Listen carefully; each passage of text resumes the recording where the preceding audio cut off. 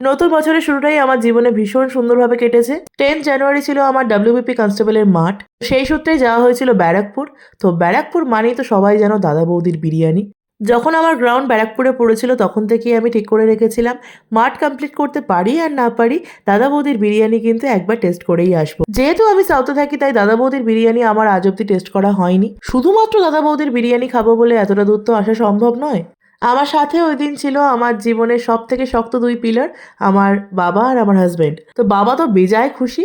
সেদিন অনেকটাই ভিড় ছিল যার জন্য আমাদেরকে উপরে ব্যাঙ্কোয়েট হল, যেটা নতুন স্টার্ট হয়েছে, সেখানে বসতে দিয়েছিল। আর ভিতরে অ্যাম্বিয়েন্সটা ছিল ভীষণ সুন্দর। তো খিদে তো প্রচন্ডই পেয়েছিল কারণ সকাল থেকে টেনশনে কিছুই খাওয়া হয়নি তেমন। অর্ডার করেছিলাম মাটন বিরিয়ানি আর চিকেন চাপ। আমরা 2 প্লেট নিয়েছিলাম, 2 প্লেট 3 জনের জন্য এনাফ। দাদা বৌদির বিরিয়ানির রিভিউ দেওয়ার দৃশ্যটা কিন্তু আমার নেই। অনেক ফুড ব্লগাররাই এর রিভিউ দিয়েছে। আর তাছাড়া সবসময়ই দাদা বৌদির বিরিয়ানির দোকানের সামনে এত ভিড় দেখলে তোমরা বুঝতেই পারবে যে খাবারের কোয়ালিটি কেমন বা কেমন খাবার এরা প্রেজেন্ট করে।